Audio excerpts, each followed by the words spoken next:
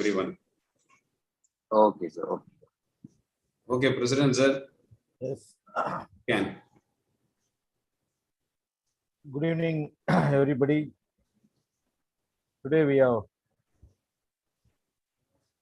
starting the 16th online weekly webinar academic program of our ISA Pudukkottai branch, a branch of the Tamil Nadu State ISA branch. At the outset, I invite and welcome our Honorary Secretary Dr. M. Periyasamy to put forward the welcome address. Over to Dr. Periyasamy.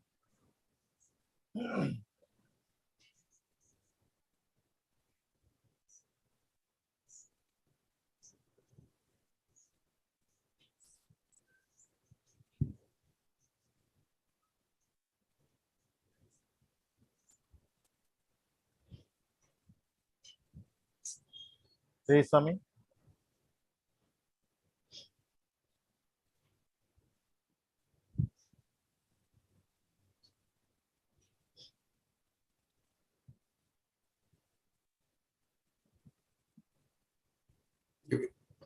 Periyasamy, you can offer welcome address without PowerPoint.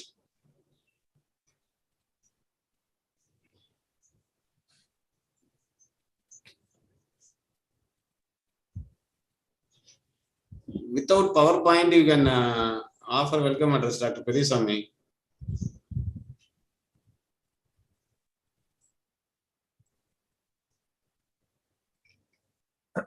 So, I think he is President, sir. I think he is having a connectivity problem. So, I on behalf of Periyasamy and on behalf of ISA Pudukkottai, I welcome Dr. Jai Shankar Jana, our faculty, and Dr. Rupali from Meeraj, Dr. Samiksha from Sangli Meeraj, and the chairperson, Dr. Satish Logidasan from Vellore, Tamil Nadu.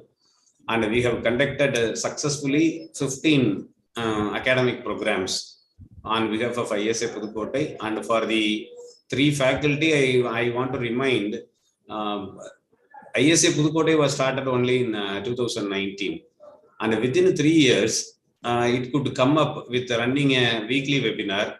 And it has been planned for full 1 year. And we are conducting it. And all over the country, across the country, faculty are participating.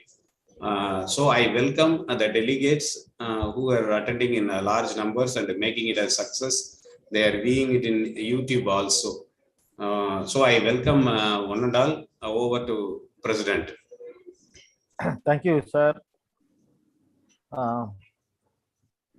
Respected Secretary Periyasamy, Treasurer David, our academic chairman of our branch, Professor Dr. A. L. Meenachistram, sir, the office bearers of Pudukkottai City branch and Tamil Nadu State branch who have assembled here, delegates, postgraduates, and practicing anesthesiologists. Once again, I welcome our chairperson, Dr. Satish Logidasan, Associate Professor, Government Medical College, Vellore. We are very privileged and happy to have you, sir, as chairperson. And for the last week, we witnessed the Maharashtra was very hot because of political boiling. And now, yesterday, it was very cool and it was raining because of nature. In spite of all these adversaries and pleasantries, we have 3 speakers from Maharashtra. Dr. Jai Shankar Jana, I welcome you, sir. You are from KEM Hospital, Pune. We are very happy and privileged to receive to hear your lecture on jaundice, sir. And Madam Dr. Rupali Namdev Gargili, Assistant Professor of Government Medical College, Meeraj, Maharashtra. I welcome you, madam, on behalf of our branch. And Dr.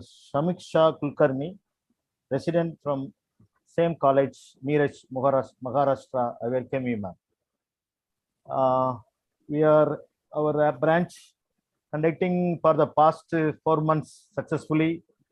Every week, different topics, different authors, different speakers, different chairpersons, and wide discussions, practical, useful for all the postgraduates practicing anesthesiologists, and we are able to conduct it in a very successful manner. The credit and thanks goes to our academic chairman ALM sir. Today's topic is of very important use on the practical aspect, and that too the anesthesia for obstructive jaundice. Jana sir is going to deliver the lecture and make a good insight on management of anesthesia for obstructive jaundice, and the liver function tests and universal precautions, which are very useful practical topics. And Madam Rupali and Samriksha will enlighten us. I hope the academic feast will be very delightful. And I once again request all the delegates to join with their name, not in their instrument or phone name. And you put your questions in the chat box so that at the end of the lecture, we can have a useful discussion with the chairperson and speakers. And for the TNMSC credit points, you can make use of this webinar to credit covers. Once again, thank you for the opportunity. I hand over the proceedings to our academic chairman to conduct the lecture and webinar. Thank you. Thank you. Over to Dr. ALM sir. Thank you, Mr. President. Dr. Perisami sir, yes, sir. You are ready with your slide share option? Yes, sir. Yes, sir. I am ready. Please mark the previous 15 events by your power. Okay, okay, so okay.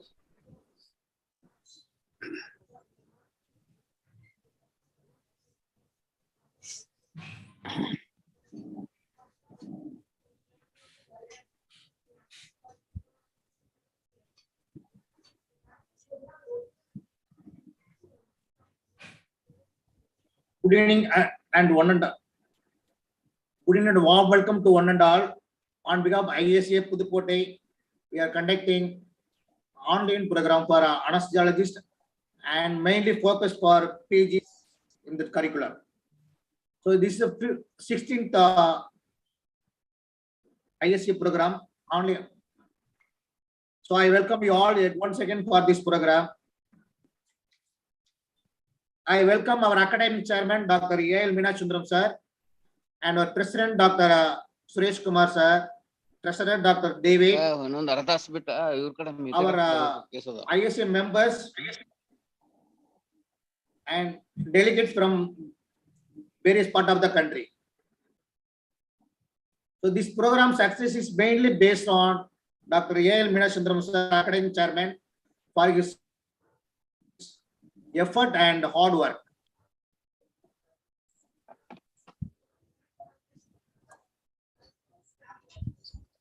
So in the past 16 weeks, we conducted so many programs in various topics, and these are the list of those topics. We started actually 23/3/22, and subsequently every week conducted so many programs in that order. Already we covered one topic on liver function, liver related subjects, anesthesia for liver transplant, preparation of transplant patients, recipients, and thromboelastogram. Today again we are covering the liver topics. So for that I welcome Dr. Satish Logidasan, Associate Professor, Government Medical College, Tamil Nadu. I welcome you, sir. And as a speaker, we are having Dr. Jaishankar Jana, Senior Consultant, Chem Hospital, Pune. Sir is going to talk about anesthesia for obstructive jaundice. I welcome you, sir, on behalf of ISA Pudukkottai. Then next speaker, Dr. Rubali Namdev Gargil, Assistant Professor, Government Medical College, Miras, Maharashtra. Madam is going to talk about universal precaution to prevent hepatitis B and hepatitis B virus and HIV virus infections. I welcome you, madam, on behalf of ISA Pudukkottai as a secretary. And next we are going to have Dr. Samiksha Kulkarni, a resident, Government Medical College, Mirrors. Madam is going to talk about liver function test. I welcome you, madam. Thank you, sir. This is regarding our Tamil Nadu Medical Council credit hours. The details are given here. If you want, you can note it down. Most important points are account number and bank, SBI bank, and 100 rupees you have to pay for us to the set above set address, and the whole information has to send to ISA Pudukkottai at yahoo.com. Next, the few words about this today topic: liver. Liver activates carbohydrate fat metabolism. Abundant plasma albumin originate there. Detoxifying drug and deadly toxins. Daily storing backed vitamins. Liver daily storing backed vitamins. Liver plays the role in immunity and powerhouse of living animal community.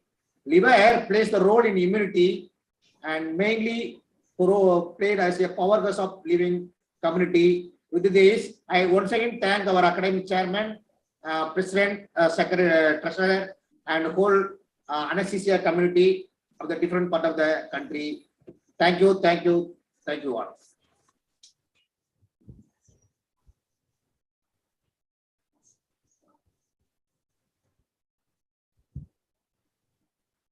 Sir, thank you. Thank you, sir. Thanks, Dr. Priyaswamy.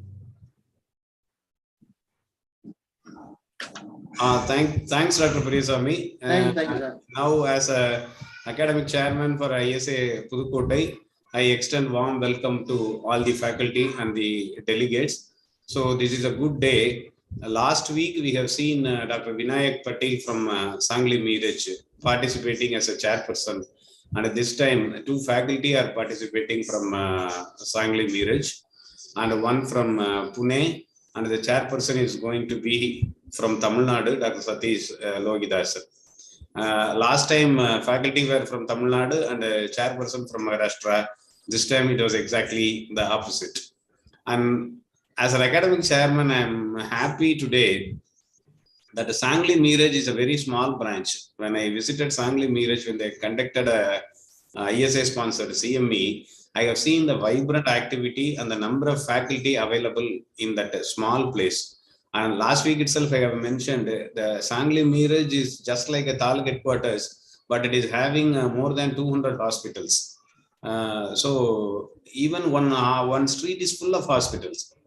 So imagine 200 hospitals. Every other building is a hospital or a medical shop in Sangli Meeraj. That means the doctors are more experienced because people from neighboring Karnataka are also undergoing surgeries there.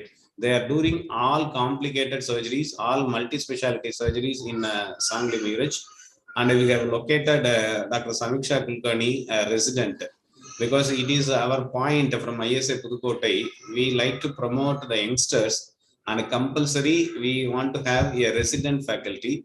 And Dr. Samiksha Kulkarni has done her MBBS in Nair Hospital, Mumbai, and she is doing her PG residency in Sangli Meeraj, and she is going to deliver a lecture on liver function tests. Then comes Dr. Rubali Namdev Gargil. She was the organizing secretary for that ISA-sponsored CME.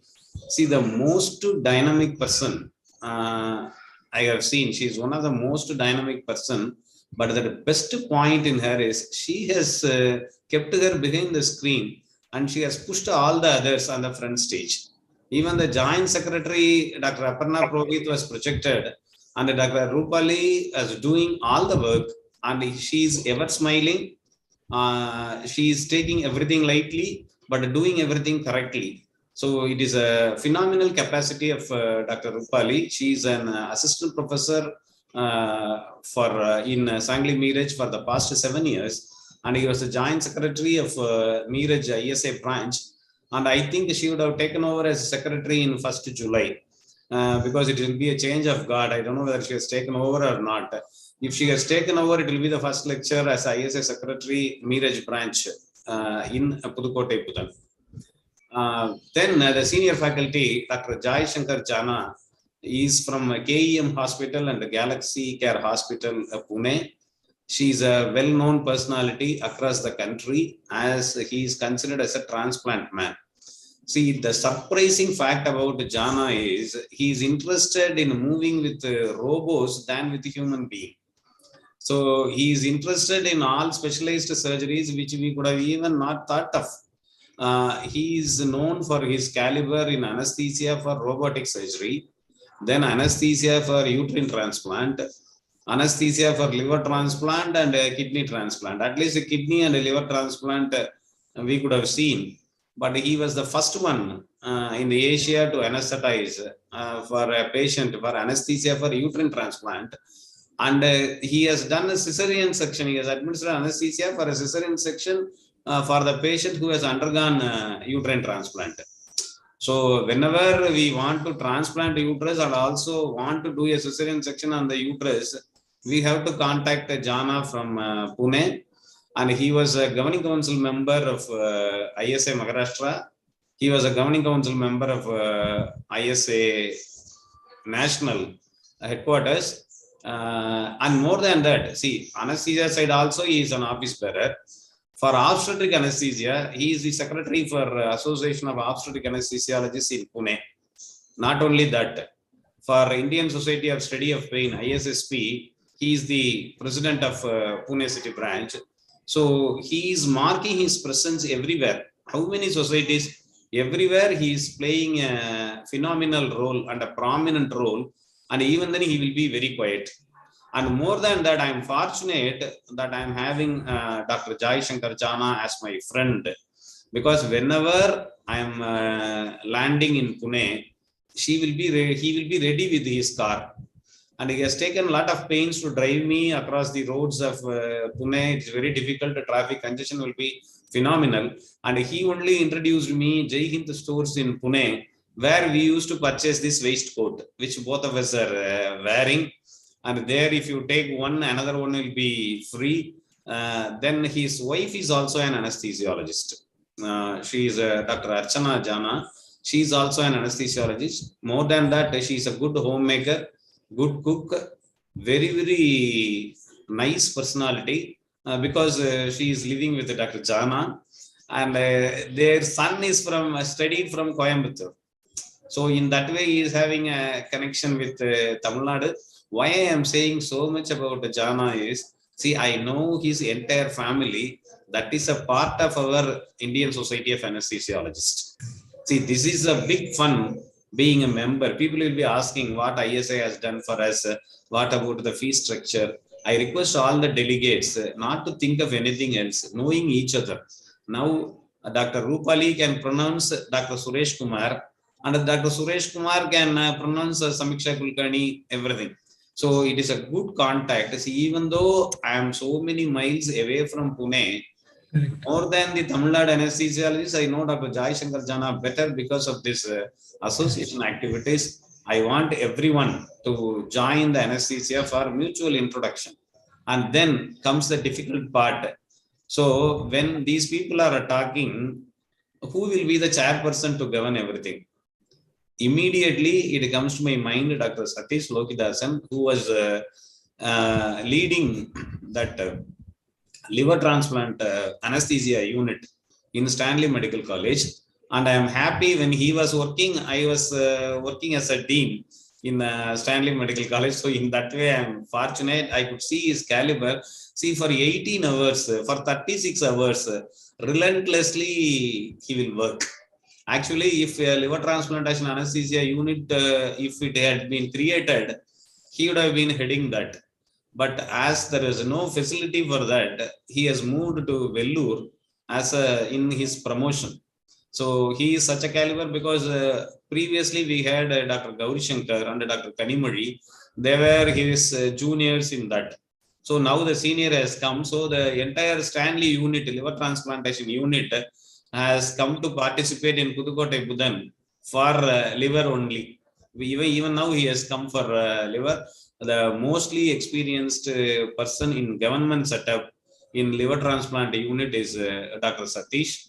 So these four are going to give an academic feast for us to listen, and I thank every one of them for being a part of Pudukkottai Pudan. Now I am handing over the session to Dr. Satish Logidasan, chairperson of this scientific meet. Thank you. Thank you, sir. Sorry, nice work, sir. Okay, we'll move on to the first topic, sir. The topic is liver function test. Am I audible, sir? Yes, yes. Yes, sir. So over to Dr. Samiksha. If your video is ready, if your slides are ready, I think you can start presenting, madam. Dr. Samiksha. Yes.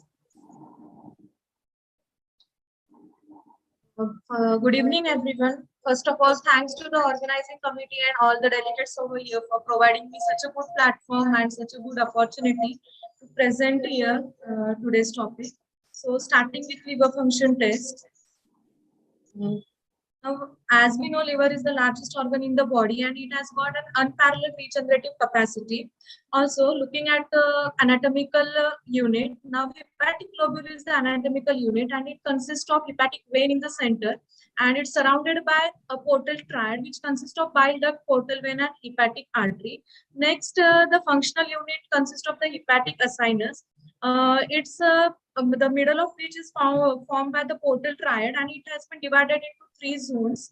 Zone 1 is the periportal, second is the mid-zonal area, and the third is the pericentral area, which is more susceptible for the hypoxic injury.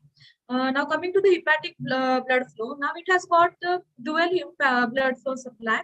Total hepatic blood flow, out of which 25 to 30% is by the hepatic artery and 70 to 75% is by the portal vein.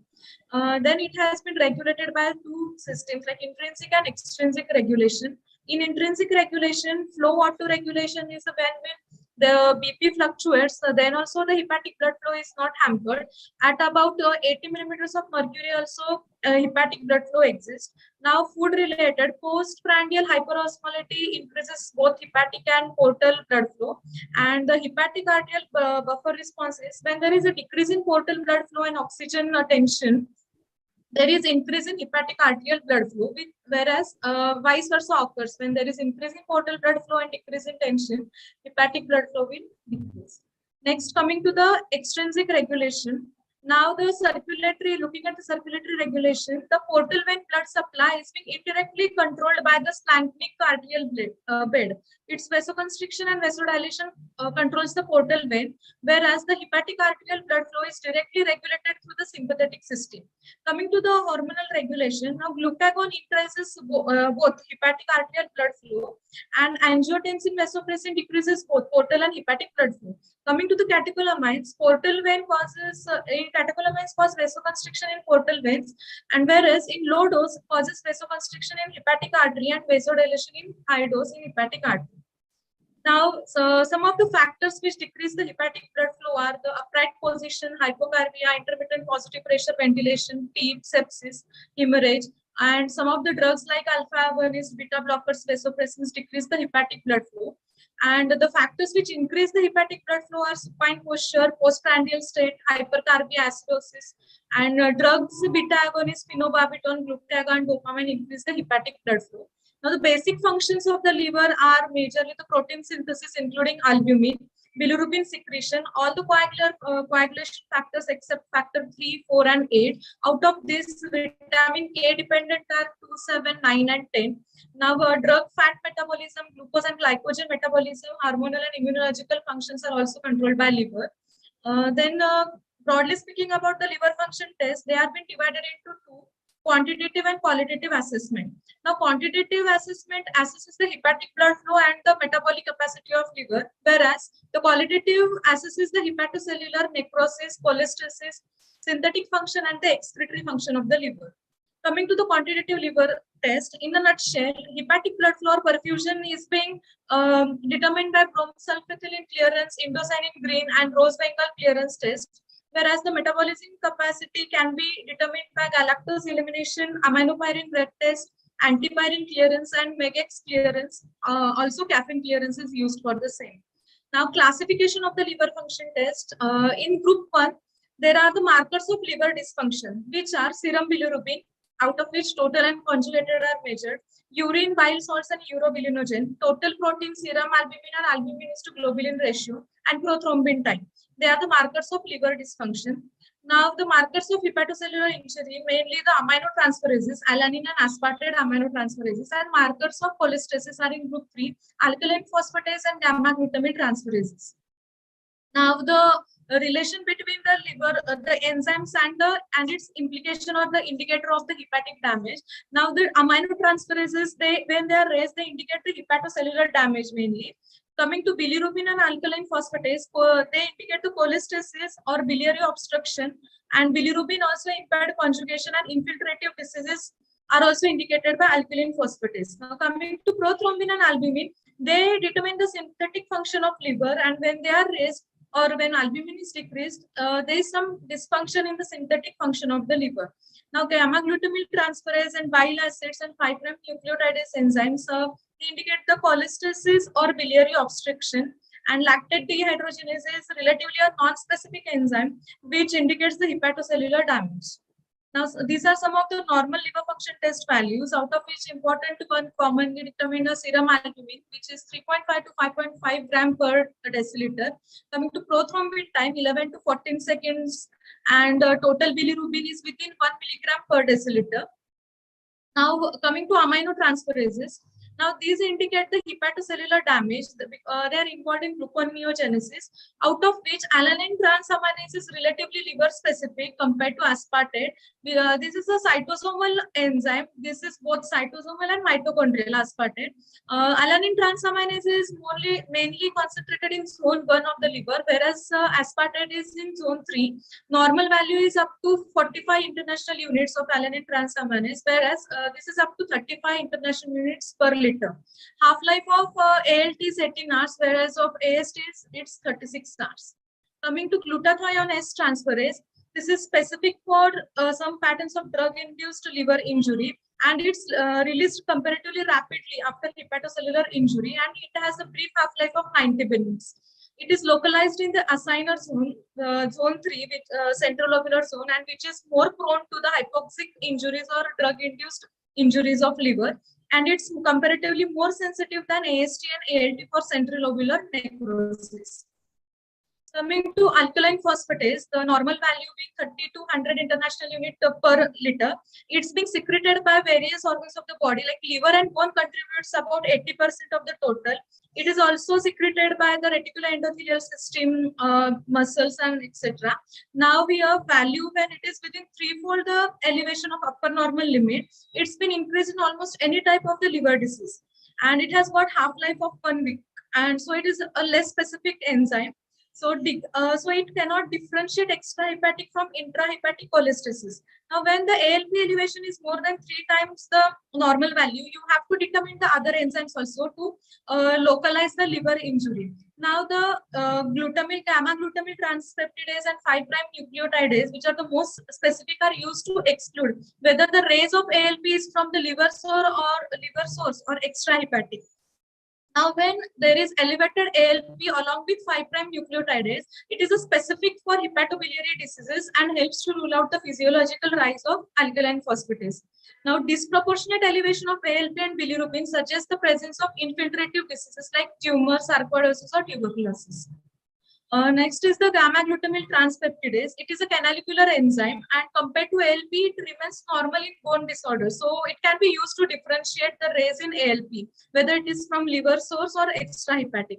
Now, conditions causing elevated GGT are alcoholism, some of the medications like anticonvulsants, H2 receptor blockers, prostate disease, obesity, hypertension, and diabetic nephropathy. Now, prothrombin time, it indicates the synthetic function of the liver. Now, normal is 11 to 14 seconds. When it is beyond 3 to 4 seconds over the control value, it is considered to be significant. It is an ominous sign in patient with acute hepatocellular disease. It indicates the impending hepatic failure. Prothrombin time, in contrast to albumin, is a useful prognostic indicator in acute hepatocellular diseases. Now, mild to moderate hepatic disease may not be detected by prothrombin time because 30% of the coagulation factors also can maintain the hemostasis. So when the coagulation factors decrease below 30%, at that time prothrombin time starts to rise. So when in case of cholestatic jaundice, correction of prothrombin time by vitamin K administration, that is after giving vitamin K, if the prothrombin time is normalized within 24 hours, then the hepatic synthetic function is intact. The prolonged PT was due to vitamin K deficiency, and when prolonged prothrombin time is beyond 5 seconds above the control and it's not been corrected by vitamin K administration, it is a poor prognostic sign. It can happen both in acute and chronic liver disease. So in that case, international normalized ratio can be used. It's a better indicator than prothrombin time because it is a standardized value. Coming to albumin, it also indicates the synthetic function of the liver, a normal value being 3.5 to 5.5 gram per deciliter, and its blood level depends upon the rate of synthesis, degradation, and volume, and half-life is about 21 days. It's not a good indicator of acute hepatic dysfunction because of its slow turnover. So in patients with hepatitis, less than 3 gram per deciliter should raise the possibility of chronic liver failure, and decreasing albumin level in patients with chronic liver disease indicates the worsening function in the absence of other causes of hypoalbuminemia, like ascites and all. As long as albumin level is more than 2.5 gram per deciliter, free or unbound fraction of the drug are not altered. Now coming to bilirubin, now normal value of bilirubin is within 1 milligram per deciliter, and out of this up to 0.3 milligram is conjugated bilirubin. Now when unconjugated bilirubin is raised, it is toxic for neuronal cells, whereas the conjugated is responsible for renal dysfunction in patients with obstructive disease. Now it rarely exceeds beyond 6 milligram per deciliter in hemolytic anemia. Jaundice occurs when the levels are beyond 4 milligram per deciliter, and sacral icterus at about more than 3 milligram per deciliter. Now, intrahepatic cholestasis to cause a rise in bilirubin, the drainage of bile in more than 75% of the parenchyma should be blocked. In choledocholithiasis caused by a CBD stone, the bilirubin value rarely exceeds 10 milligram per deciliter. When it is beyond 30 milligram per deciliter, the suspicion should raise towards renal failure or sepsis concomitant with choledocholithiasis. In cholestatic jaundice due to malignancy, the bilirubin value varies between 10 milligram, but it's within 30 milligram per deciliter. It will take around 1 to 2 weeks to return to normal level following the relief of obstruction. Now coming to drug metabolism in a nutshell, two commonly reactions occur in liver, phase 1 and phase 2. Phase 1 is carried out by cytochrome P450 enzyme, which is predominant in zone 3, and most of the drug hepatotoxicity is mediated by the phase 1 toxic metabolite. Whereas in phase 2 reaction, conjugation occurs by glucuronic acid and sulfate, and it is zone 1 predominant. Products of phase 2 reaction are usually less toxic compared to phase 1 reaction. Now, extraction ratio is the proportion of the drug that is extracted in single passage through the liver. Now, there are two concepts: high extraction ratio, which is beyond 0.7 and which is affected by the hepatic blood flow and not by the concentration of the drug in the body. So here the dose has to be reduced by as much as 50%, but not the frequency of dosing of such drugs.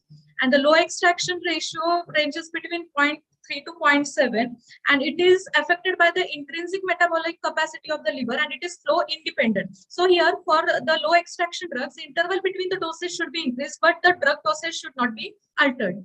Now, some of the capacity limited drugs are thiopentone, most of the neuromuscular agents, benzodiazepine, alpha-fentanyl methadone, NSAIDs, diuretics, anticonvulsants. And some of the flow limited drugs commonly used are bupivacaine, lidocaine, propofol, ketamine, statins, opioids, etc. Now let's see the effect of volatile agent on hepatic blood flow. Now coming to halothane, enfurane, and desflurane, the hepatic artery blood regulation and oxygen delivery are decreased. Whereas isoflurane and sevoflurane, the hepatic artery blood flow, hepatic artery blood regulation and oxygen delivery, all the three are preserved. Now, the effect of nitrous oxide and hepatic blood flow, it doesn't affect until and unless the blood oxygenation is normal. When the nitrous oxide may exacerbate the hepatic damage in the presence of impaired hepatic oxygenation through sympathetic stimulant action and methionine synthase inhibition. Now, effect of induction agents on hepatic blood flow. Now, when rapid sequence induction is more likely to cause hypotension than conventional induction, but it is useful to prevent aspiration. So slow titrated dose of any induction agents has to be given. Now, all IV agents in single dose can be safely given in patient with liver dysfunction. Now, thiopentone dose has to be reduced during induction. Propofol may be preferred as it avoids phase 2 metabolism if the patient is hemodynamically stable. Ketamine causes decrease in hepatic blood flow through sympathetic stimulation, whereas others cause hepatic blood flow decrease indirectly through decrease in cardiac output and blood pressure. Now, the etomidate causes least decrease, whereas propofol causes maximum decrease in hepatic blood flow, and thiopentone has moderate effect. Now, effect of hepatic dysfunction on the drug pharmacokinetics. Now, when there is hypoalbuminemia, there is increased unbound fraction of the drug. Ascites causes increased volume of distribution. Enzyme content metabolism either can be increased or decreased depending upon the enzyme function. And obstructive jaundice causes a decrease in biliary excretion of the drugs. Now, let's see the effect of hepatic dysfunction on drug pharmacodynamics. In hepatic dysfunction, there is increased sensitivity to CNS depression, decreased sensitivity to vasopressors, enhanced effect of anticoagulation, enhanced sodium retention due to the use of NSAIDs and steroids, and ascites and edema may be sometimes resistant to diuretics. Now, looking at the effect of hepatic dysfunction on induction agents, however, as we have seen prior, duration of action of single dose won't be prolonged as the major determinant of the first dose is the redistribution. Thiopentone being a capacity limited drug, induction dose has to be decreased because of the decreased protein binding and reduction in enzyme activity. Also, higher dose of thiopentone may be needed in alcoholics with the compensated liver disease because of the induction of the cytochrome P450 enzyme by alcohol, and the reverse scenario happens in end-stage liver disease. Whereas, in contrast, propofol, in contrast to other IV induction agents, has an extrahepatic metabolism also. So slow titrated dose of induction agents with smooth intubation will have little impact on the hepatic blood flow. Next, the effect of hepatic dysfunction on muscle relaxant. Now, suxamethonium duration of action rarely gets prolonged despite reduced pseudocholinesterase levels. Duration of pancuronium, procuronium, and mivacuronium are prolonged. Duration of pacuronium when it's used within 0.15 mg per kg is unaffected. Looking at atracurium and cis-atracurium, the duration of action of both are not affected as both the drugs can undergo organ-independent elimination through ester hydrolysis and Hoffman's degradation. In fact, the duration of action of the above two drugs is reduced because of increased volume of distribution and increased binding to globulins. Now, looking at the effect on opioids, fentanyl and sufentanil and remifentanil duration of action is unaffected. In case of alfentanil, the duration of action is prolonged because of the increased free fraction of the drug. Now, some of the drugs which can be used in liver failure with caution and which can be used safely are for pre-medication purposes. Try to avoid midazolam and diazepam. Safe is lorazepam and oxazepam. Induction agents, single dose, all are safe, and volatile agents avoid enflurane, halothane. Isosiva and desflurane are safe. In case of muscle relaxants, atracurium and cis-atracurium are safe. Opioids, fentanyl, sufentanil, remifentanil are safe, and analgesics try to avoid NSAIDs. Paracetamol can be used safely. Now, let us see the clinical presentation of patients with the liver dysfunction. Patient can present as asymptomatic patient with abnormal LFTs, acute hepatitis or acute liver failure, chronic hepatitis, cirrhosis, which could be compensated and decompensated, and obstructive jaundice, benign and malignant. So when the patient is asymptomatic with abnormal liver function test, when aminotransferase elevation is within 3 times the upper normal limit, it's not a contraindication for elective surgery until and unless the bilirubin level are within normal limits. Delay the surgery when a patient has no history of any risk factors or there is no any stigmata of liver dysfunction, but he is having more than one abnormal liver function test. Now, liver function test at any point of time has to be interpreted by looking at the careful history and clinical examination of the patient, as well as to confirm each abnormal test with another test. Now, chronic hepatitis B, when aminotransferases are more than 2 times the upper normal limit, And there is chronic active hepatitis picture on liver biopsy. These are the features to start the medical management. Same in case of chronic hepatitis C. Here the patient has longer duration of infection and immunocompromised states. Looking at alcoholic hepatitis, it may be acute or acute on chronic and is considered to be severe if there is ascites, variceal bleeding, renal failure, raised bilirubin and albumin, anemia, increased prothrombin time, polymorphonucleocytosis on the peripheral smear, alcohol discriminant function is more than 32. These are the factors which are considered when the alcoholic hepatitis is severe. Now looking at halogen hepatitis, now there are two types of halogen hepatitis. The halogen hepatitis is suspected when the patient has a prior history of exposure to halogen, and within 3 weeks of it, the patient presents with fever and deranged liver function test. Now, type 1 is mild and relatively common compared to type 2, which is severe and uncommon. It's because of type 1 is because of anaerobic biotransformation of halogen, whereas type 2 is immune mediated. It's benign, it has benign features and self-limiting, whereas type 2 is fulminant features and massive central lobular necrosis is seen on liver biopsy. Now, in type 1, no jaundice or clinically evident hepatocellular disease. Now, here it clinically presents with fever, jaundice, grossly elevated serum transaminases, increased prothrombin time, glutamyl transferase is more than 2 specific index, and it does not, type 1 does not occur on exposure to other inhalational agents, whether type 2 can occur exposure to other agents like enflurin also. Now, autoimmune hepatitis, acute or acute and chronic is a symptomatic patient is said to be severe if there are raised bilirubin beyond 3 milligram per deciliter, prolonged prothrombin time, decreased serum albumin, aminotransferases are raised beyond 10 times the upper normal limit. Serum globulin is more than 2 times the upper normal limit in association with aminotransferase.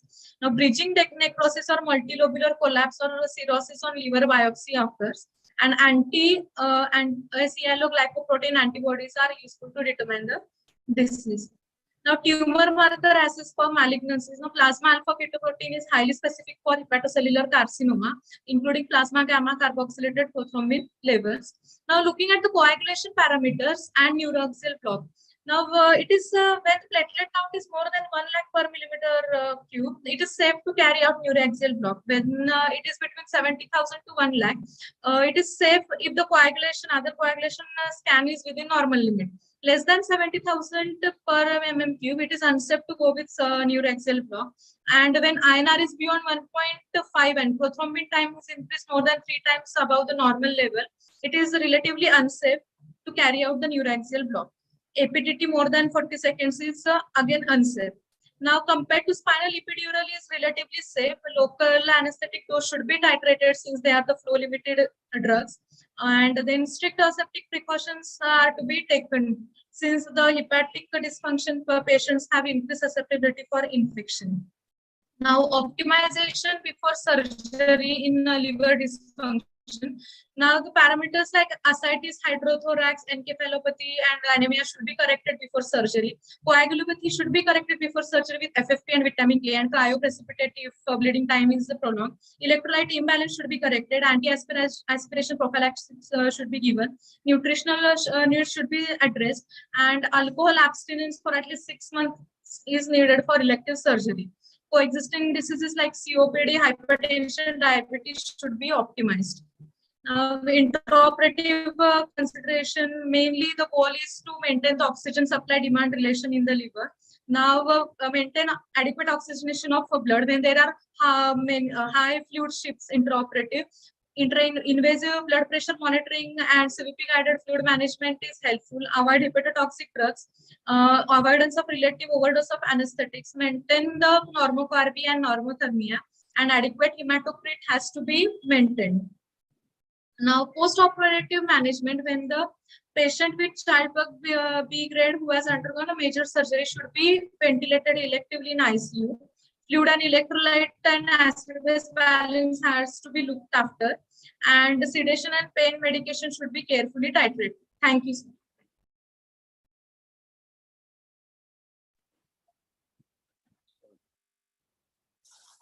Thank you, Dr. Samiksha. So that's a very elaborate presentation. We'll take the questions after the end of the third speaker. Take the questions after the end of the third speaker. Now we'll go to the next speaker, Dr. Rupali Namdev. She's from Sangli Miraj, Common Medical College. So her topic is universal precautions for HPSAG and HIV infections. Over to Dr. Rupali, if she's ready.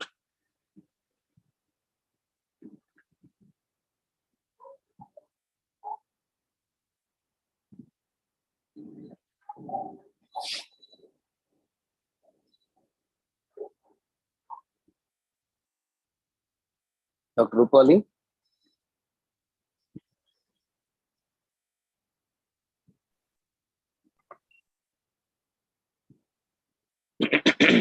Sir, host is disabled.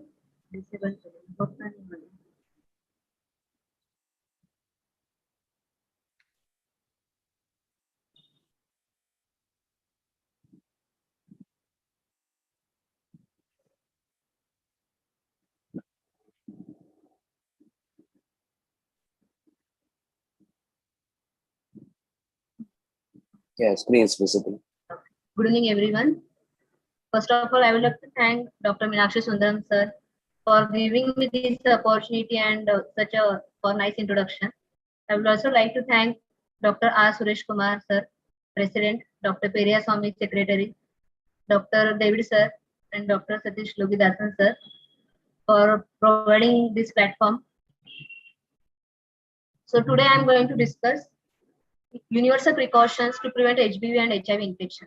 In this, I am going to discuss who introduced universal precautions and when, risk of infection after exposure to HBV and HIV infection, basic elements of the universal precautions, drastic injury, and preventive measures, wound care after the exposure and post-exposure prophylaxis. Centers for Disease Control has introduced in 1985 these universal precautions in response to human immunodeficiency virus, that is HIV epidemic.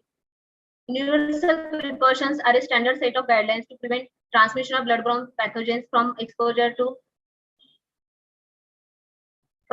blood and other potential infectious material, implying precautions taken by everyone, everywhere, and always. It protects staff and patients from hospital-acquired infection.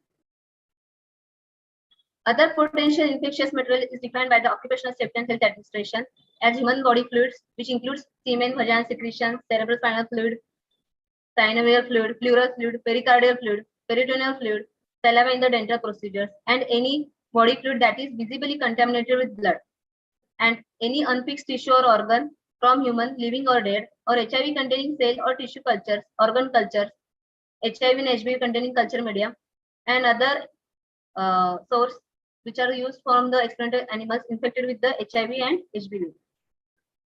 In 1996, the CDC combined the major features of universal precautions and isolation substance, which is now referred to as standard precautions, and which is updated in 2007. Transmission-based precaution, which is mainly applied to the only hospitalized staff and in the patients who are known to be suspected or infected with a highly transmitted pathogen, and depending on the type of pathogen, we have to take these precautions along with the routine standard precautions. Means along with the standard precautions, we have to take airborne precautions, droplet precautions, and contact precautions. So why we are worried about all these universal precautions? Because of the prevalence of HBV and HIV infection. WHO estimates 296 million people were living with the chronic hepatitis B infection globally in 2019, out of which almost 40 million people were in India. And for HIV, it is 37.7 million people were living globally, out of which 2.3 million people were in India at the end of the 2020. Chronic hepatitis is a more common with the HCV infection, that is almost 75% than HBV infection, in which it is 5%. HBV infection results in cirrhosis and hepatocellular carcinoma, which is responsible for death. While HIV infection is a non-curable, and however it has become manageable chronic health condition. So blood and body fluids in direct contact with an open wound or by needle or sharp stick injury is main mode of transmission in healthcare workers. The annual proportion of healthcare worker exposed to bloodborne pathogens for HBV is almost 5.9% and 4% for HCV. The risk of infection from a single needle stick or cut exposure to HBV infected blood ranges from 6 to 30% and 2 to 10% respectively. And the risk of clinical hepatitis or serological evidence of HBV infection increases if the source is HBs antigen or HB. If the source is positive for both the antigens, that is HBs antigen and HB antigen. While that for HIV, occupational leaders take concern about almost 0.3%, and for the ICU needle sharing, it is 0.67%. So, seroconversion rate, that is risk of transmission after mucocutaneous exposure, is highest with the HBV infection, that is almost 30%, and lowest with the HIV infection, that is 0.03%. And for HCV, it is in between both of them, that is 0.3%. So HBV is highly infectious, almost 1,000 times than the HIV. So coming to the basic elements of the universal precaution, these are hand hygiene, use of personal protective equipment, use and disposal of needles and shafts safely, prompt cleaning up of blood and body fluid spills, decontamination of equipment and devices, system for safe collection of waste and disposal. Hands are most common vehicle for disease transmission. Ignaz Semmelweis in 1847 had reported the importance of hand washing while reducing the peripartum mortality because of the sepsis. There are 3 types: hand wash, that is with the soap and water or antiseptic solution; hand rub, which is mainly the alcohol-based hand rub; and hand scrub, which is alcohol-based hand rub before performing any operation. Hand washing is considered most simplest and effective method to prevent the disease transmission. Wash hands with soap and water for at least 40 to 60 seconds. Hand rubbing with alcohol must be generous and allow it to dry completely. Scrub hands together briskly. Get under fingernails and between the fingers. Dry hands thoroughly with a clean towel. And use the towel to turn off the faucet and open the door. So these are the 12 movements of hand washing, which must be followed before and after any direct patient contact and between patients, before and after gloving, before taking care of immunosuppressed or newborn, before handling an invasive device, after touching blood, body fluids, secretions, non-intact skin and contaminated items, even when gloves are worn, after contact with inanimate objects in the immediate vicinity of the patient, and after using the restroom. So now coming to the second element, that is the personal protective equipment, which includes gloves, gowns, protective eyewear, masks, face shields, shoes. These are to protect you and people you support. Gloves are most commonly used protective equipment. Use 1 or 2 pairs. It limits the opportunity for touch contamination. Change the gloves during use if get torn and when heavily soiled. Never reuse disposable gloves. Discard appropriately after the use. Gowns protect the skin and clothing. It should be resistant to fluids penetration. It is used during procedures and patient care activities when contact of clothing and exposed skin with the blood or body fluid secretion is anticipated. Mask should fully cover the nose and mouth and it protect mouth and nose. Goggles should fit snugly over and around the eyes. Personal glasses are not substitute for the goggles and it protect eyes from being exposed to splashes of blood or body fluids of infected source. Face shield protect face, mouth, nose and eyes. Should cover forehead and extend below up to the chin. Cap mainly to prevent the falling of the hair in surgical field and give protection from the splash of blood. Shoes and shoe cover to protect the healthcare worker and environment. So while putting the PPE, there is a proper protocol. You should remove all the personal items, put on scrub suit and rubber shoes and move to the clean area. And follow proper protocol of the donning and doffing of the PPE. So, and there is a highly importance on the hand hygiene at each step of removal of the personal protective equipment. Now coming to the third element, that is the use and disposal of needles and shafts. Key element of universal precaution is prevention of injuries due to the shafts and the use of safe injection practices. Always use syringes or needles once only. Avoid recapping, bending or breaking needles and use hand scoop technique. Dispose in white puncture-proof container. Clearly label the container as shaft. Avoid overfilling of the disposal container. And use of safety engineered shaft devices must be encouraged. What is the scooping one-hand scoop technique? Place cap on hard flat surface. Scoop cap with end of the needle so that the cap is sitting on the needle, and press the cap and needle on the flat surface until it until the cap snaps into the place. Now coming to the needle stick injury. I put this topic in this lecture because it is the main source of injury and the transmission of HBV and HCV in the healthcare workers because of the needle stick injuries and sharps. Centers for Disease Control estimates approximately 3,85,000 sharps injuries annually among hospital-based survey healthcare personnel, and which accounts almost for more than 1,000 injuries per day. Duke Health and Safety Surveillance System study quantified the percutaneous exposure in various healthcare group. They found anesthesia resident had 9 needle stick events per 100 residents per year and 3.9 events per 100 full-time employees. The overall rate of reported needle stick and sharp injuries from 2010 to 20. There was a study done by the Renza Borna et al. On needle stick injuries among anesthesia providers from large US academic center, which was a retrospective analysis. And they found that the rates of these injuries for anesthesia residents were almost 13.5% in second year students, and the overall rate was almost 9.4%. So when the sharp injuries occur, as per the National Surveillance System for Healthcare Workers data, it is 41% during the use, 40% after or before disposal, 15% during and after disposal, and 4% at other times. So factors determining the risk of transmission. The risk increases with the hollow bore needle compared to solid bore needle. It is almost more than 50% injuries is mainly happened because of the hollow bore needle. And also with the large gauge needle, risk of transmission increases, whether the device is contaminated with the blood or not, gloves used or not, and whether depending on the depth of the injury, risk of transmission increases. Now coming to the preventive measures, always follow the recommended guidelines, which includes never carry shafts by hand while transporting.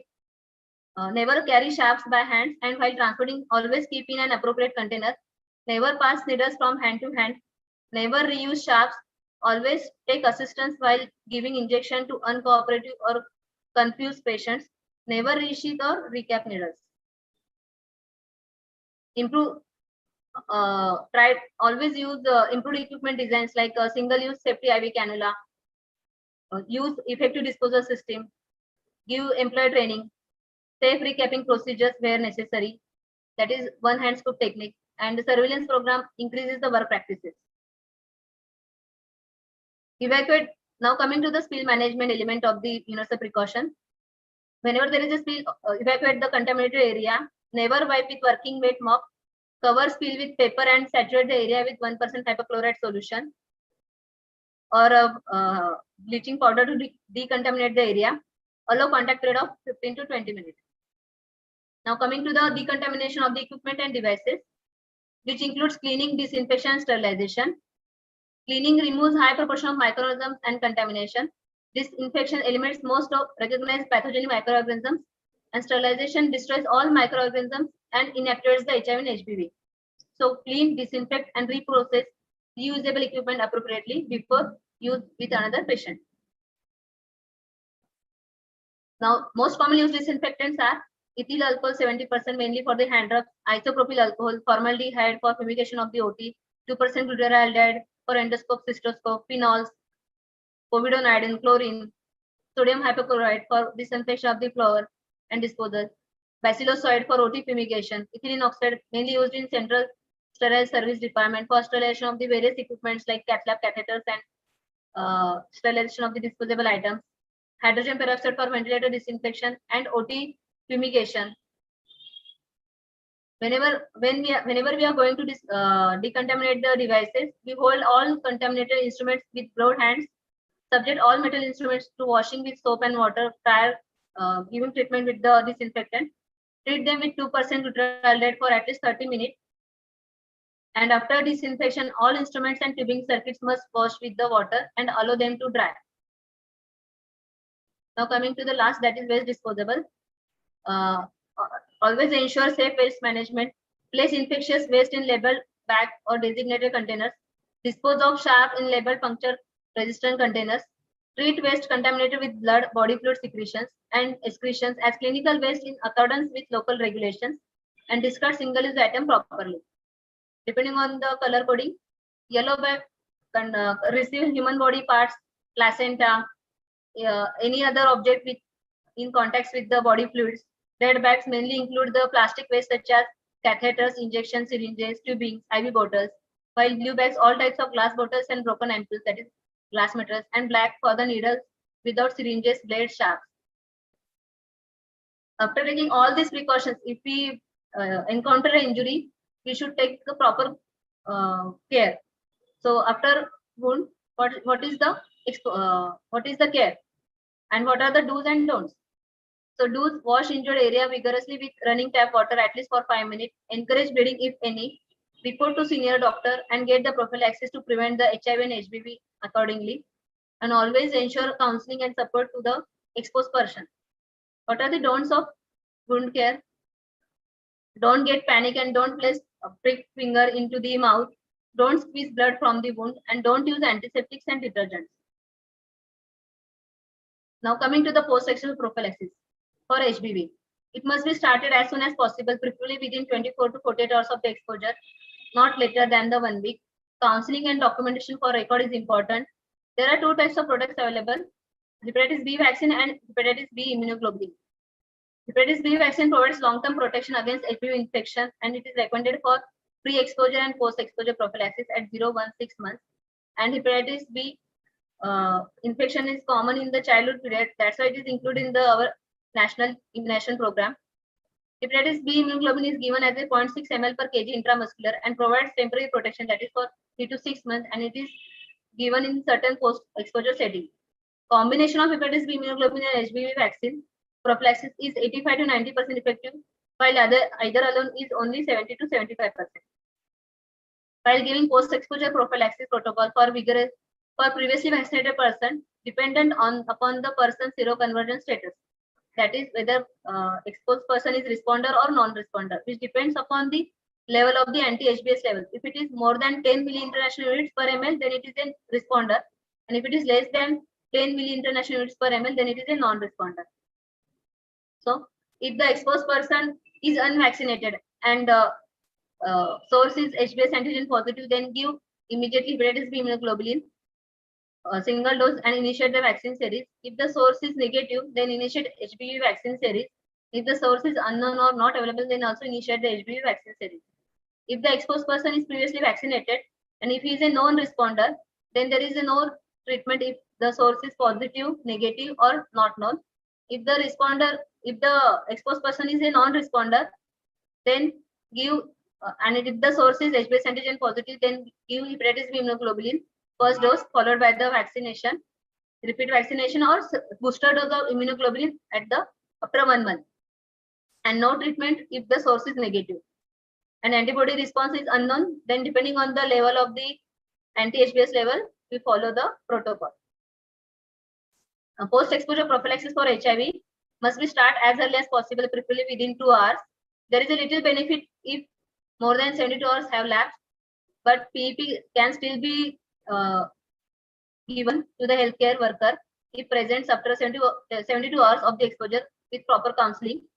Counseling for PEP and documentation record is essential. Prophylaxis needs to be continued for 28 days. Post-exposure prophylaxis regime is indicated based on the exposure and HIV source code, and the drugs are mainly 2 drugs or 3 drugs regime, which includes the nucleoside reverse transcriptase inhibitor and protease inhibitors. These are the routinely given drugs, antiretroviral drugs. Most commonly used are tenofovir, dolutegravir, efavirenz, ridovudin. So depending upon the exposure, exposed person is it is categorized as mild, moderate, and severe. So guidelines for the HIV prophylaxis: whether the exposed person is when they exposed to the contaminated source material. If it is no, then there is no need of post-exposure prophylaxis. If it is a contaminated, and if it is contaminated the blood or other potentially infected material, and depending on the type of exposure, whether it is with the intact skin or non-intact skin. If it is intact skin, then there is no need of prophylaxis. If it is non-intact skin or mucous membrane contact, then first give primary care management, followed by the depending upon the volume of the blood and the severity of the exposure, exposed person receive the drugs. If it is small drops On less severe exposure, then give 2 drugs. If it is large volume or more severe exposure, then give 3 drugs. So recommended post-exposure prophylaxis regimen accordingly this. In the adults, we preferably use tenofovir 300 mg, lamivudine 300 mg, and dolutegravir 50 mg OD. If there is a contraindication or low compliance, then give the lamivudine, efavirenz, and tenofovir. Hepatitis exposed healthcare workers should be tested for HBs antigen at 6 weeks, 3 months, and 6 months. And after vaccination for anti-HBs antibodies at 2 months after the last dose of the booster vaccine. And HIV exposed healthcare workers should have repeat HIV antibody testing at 6 weeks, 3 months, and 6 months. So, what are the precautions? In short, what precautions we should take while delivering anesthesia to such HIV and HBV infected patients? Education of the residents and subordinates improves the work practices. Always check skin integrity because skin abrasions while breaking the ampoules is common with the junior residents. Follow all universal precautions and use all protective barriers. Take utmost care while doing any invasive procedures like venipuncture, central lines, intubation, lumbar puncture. Preferably use different set of circuits and scopes while delivering anesthesia to these patients. Always use disposable items wherever possible. Always use tray after intubation to avoid cross-contamination. Use filters at breathing circuits. Must have HPV vaccination if not vaccinated, as it gives maximum protection. So prevention is always better than cure. Thank you.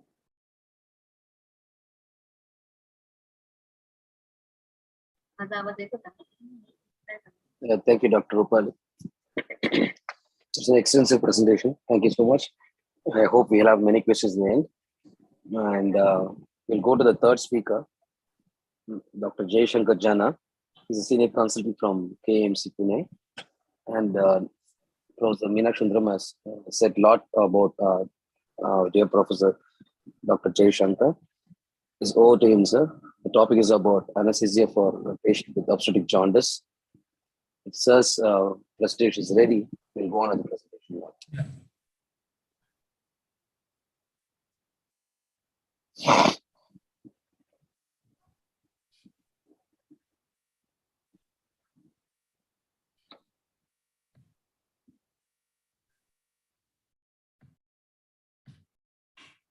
Very good evening to one and all. Thank ISA Pudukkottai branch for inviting me for this presentation. President Sir Dr. Suresh Kumar, Secretary Periyaswamy, and Treasurer Dr. David, and the academic chair, my dear old friend Dr. Meenakshi Sundaram, for inviting me, and our chairperson Dr. Satish for inviting me and presenting my CV. And also I thank our co-speakers, Dr. Rupali and Dr. Samiksha. Of course, Samiksha has said so much about anesthesia part that I'll be cutting most of the anesthesia part because besides liver function, she has also added a little bit of anesthesia part. So I'll be speaking, this is a targeted lecture for mostly the postgraduates, and I'll be speaking from the practical point of view, not from the theory point of view. Suppose candidate gets, this is a very commonly kept case of obstructive jaundice as a long case in the MD exams or a DNB exams. I'm like DNB examiner and MD examiner for a long time. So I know how the cases are kept. This is usually kept as a long case. So when you see this such as a case, the obstructive jaundice or rather you can't know which is jaundice. It's a case of only jaundice. So you have to diagnose whether it is an obstructive jaundice or infective jaundice. From there you should start, right? From taking the history, taking the clinical examination, you come to provisional diagnosis, then you say your investigation. And then after you pass all these tests, then the anesthesia part will come and maybe the later part. So before starting, so let's start. Say you get a case as a long case, you've got say 20 minutes to examine the patient. So very fast, it will be very quick. You have to be very accurate. So you don't have to waste much of your time. So going through personal details, always it's a long case. So go through all the details, age, sex, address, occupation, religion, marital status, present of complaints in the chronological age, onset, duration, progress. We know it's our third MBBS things, but just to repeat because you have passed your third MBBS long time ago. So past history of any illness and drug history, personal history, appetite, addictions, ball, bladder habits, and diet, and weight loss. Family history, if there is any familial illnesses like genetic diseases, and in women, always ask for the menstrual cycle and obstetric history. drug history, if there's any drugs, and if there's history of any contact. So while history taking, if there is any positive history, go into the details, like history of alcohol intake. Go into the details of what was the frequency, what was the amount of alcohol taken, and the duration since the alcohol has been taken. If there's history of loss of appetite, nausea, vomiting, color of the stools, urine output, and the color of the urine, and the amount of the urine, you have to note it down in the history. If there's history of abdominal pain, abdominal distension or abdominal lump, history of hematemesis, melena, rectal bleed, history of icterus, gynecomastia in males, and loss of hair and libido. These are the symptoms for signs of symptoms of liver cell failure. If there is pain in abdomen, fever, and jaundice, this is the Charcot stride. Rule out CBD obstruction. Past history of tuberculosis, malaria, past history of any blood disorders, past history of reported exposures to multiple types of anesthesia, halothane. Of course, nowadays we are not using halothane. I don't know anywhere in India they are still halothane. Must be using, but the use is much less. In general examination, all weight, height, and BMI, pallor, C for it, pedal edema, generalized edema, sinuses, clubbing is important. Icterus, lymph nodes, and JVP. Pulse, rate, rhythm, and volume, blood pressure, and temperature. Look for the signs of liver cell failure. So what are the signs of liver cell failure? You start examining from the head to the toe. Scanty hair in the scalp, axilla, and pubic area. There is parotid swelling, gynecomastia in males, spadonema in the vascular territory of the superior vena cava, palmar erythema, thinner in the hypothenal amenaces, flushed extremities and bounding pulse, fetal hepaticus, that is a sweetish, musty smell. Look for icterus on the nails and testicular atrophy in the males. So these are the signs of liver cell failure. Also look for signs if there's still the hepatic encephalopathy. Look for signs of delirium, nightmares, uncooperative behavior. So this will be the signs of fulminant liver failure. Such case, of course, will not be kept in the examination room. So just look for that also. Icterus, where do you look for signs of icterus? Icterus has to be looked on the areas like sclera, conjunctiva, gums, hard palate, nail bed, and skin, of course. Along with that, see for scratch marks. This is the classical signs of any obstructive jaundice. So complete the other points in general examination. I will not go into that. So these are the specific points in case of obstructive jaundice. So you have to build your case that this is a case of obstructive jaundice. So right from history taking, symptoms, clinical examination. So systemic examination. So per rectal examination, per abdominal examination. When you say per abdominal examination, just don't look at the tummy. You start from the mouth. So you start examining the mouth, see for the teeth, tongue, gums, tonsils, and oropharynx. Abdomen, I'll not go. Infection, palpation, and auscultation, and abdominal girth in centimeters, and complete your per abdominal examination by per rectal examination. So this is the completion. And this is, of course, very vast. I'm not going to go into detail. Just I'm going to specific points. See for signs of portal vein obstruction. So portal vein, how do you know that this is a sign of a portal vein obstruction? Engorged veins centrally placed, forming a cluster around the umbilicus, classically called as a caput medusae. The blood will flow away from the umbilicus. So also mention, see all the other system, respiratory system, see for it if there is any pleural effusion, cardiovascular system, the CNS system, look for signs of depression and rigidity. So after doing this symptoms and signs, you come to a provisional diagnosis that after examination, I'm having a provisional diagnosis that this is going to be a case of obstructive jaundice. So the examiner will ask, now you have to investigate to confirm that your diagnosis is of obstructive jaundice. So we'll go into the various investigations. Of course, Shamiksha has already covered the liver function test in much detail. So I'll not go into this thing. Only thing to be known is the most commonly the examiner will ask, what is the bilirubin metabolism? So you must know the bilirubin metabolism. Just in short, breakdown phase of hemoglobin, conjugation phase, alimentary phase, and the excretion phase. Normal values, Shamiksha has already told. I'm not going to go into that. Also, urine urobilinogen and fecal stercobilinogen. The normal values, if they ask you, so the urine urobilinogen levels is between 100 to 200 milligrams per day. These are normal values. And fecal stercobilinogen is between 300 milligrams per day.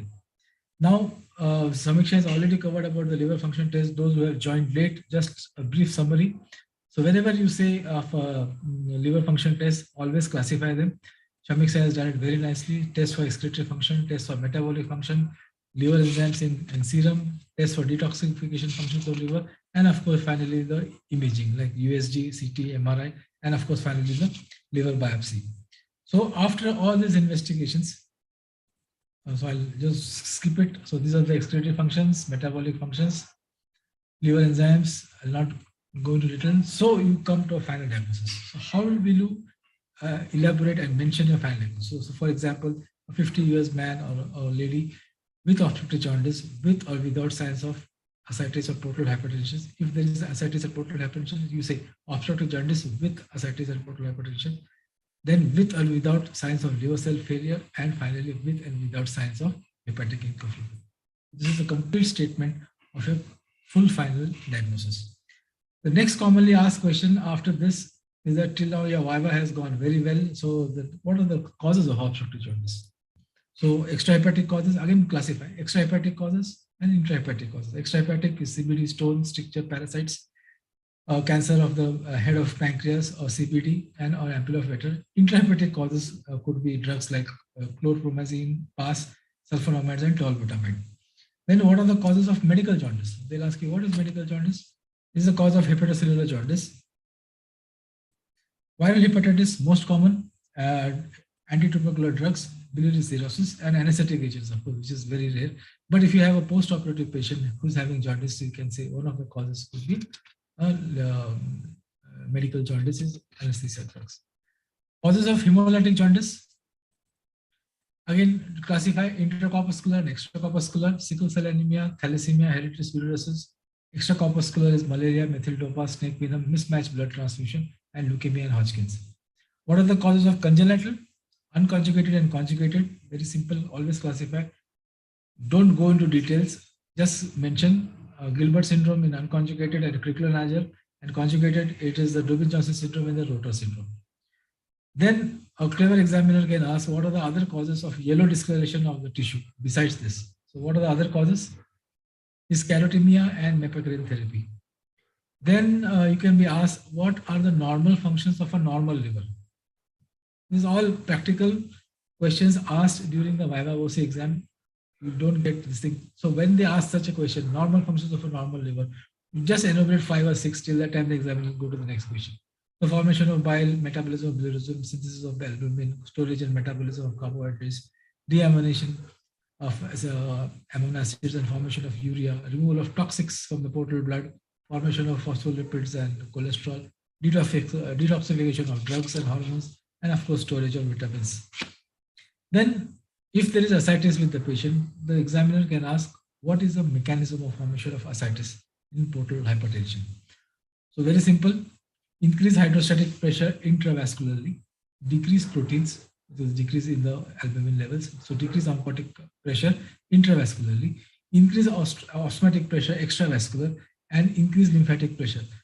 And the activation of the vasoactive and anti-natriuretic factors. So this leads to the formation of ascites, and this ascites is a transudative type. Then what are the causes if you have signs of liver cell failure and the patient is having a fetus hepaticus? What are the causes? Fetus hepaticus cause is normal demyelination process is inhibited by liver damage. Therefore, methionine, which is to be converted to methyl mercaptan, doesn't happen. So this smell comes out. Cause of spideremia, though it is not known, it is because of the excess of estrogen in the blood. And same thing with palmaerythema. So what are the causes of then? Ask splenomegaly, because along with liver, they'll ask for the spleen. So the splenomegaly, again classify infective cause and congestive cause. Infective viral hepatitis. Congestive can be due to liver cirrhosis, portal hypertension, portal vein thrombosis. Then they can ask you, what are the normal contents of a normal bile? So these are the contents: electrolytes, proteins, carbohydrates, bilirubin, salts, lipids, cholesterol, fatty acids. Liver excretes about 1 liter of bile per day. Of course, these are in adults. Then what is the normal portal venous pressure? Because if there's portal hypertension, you say, so they'll ask, what is the normal value? So the normal value is between 8 to 12 millimeters of mercury.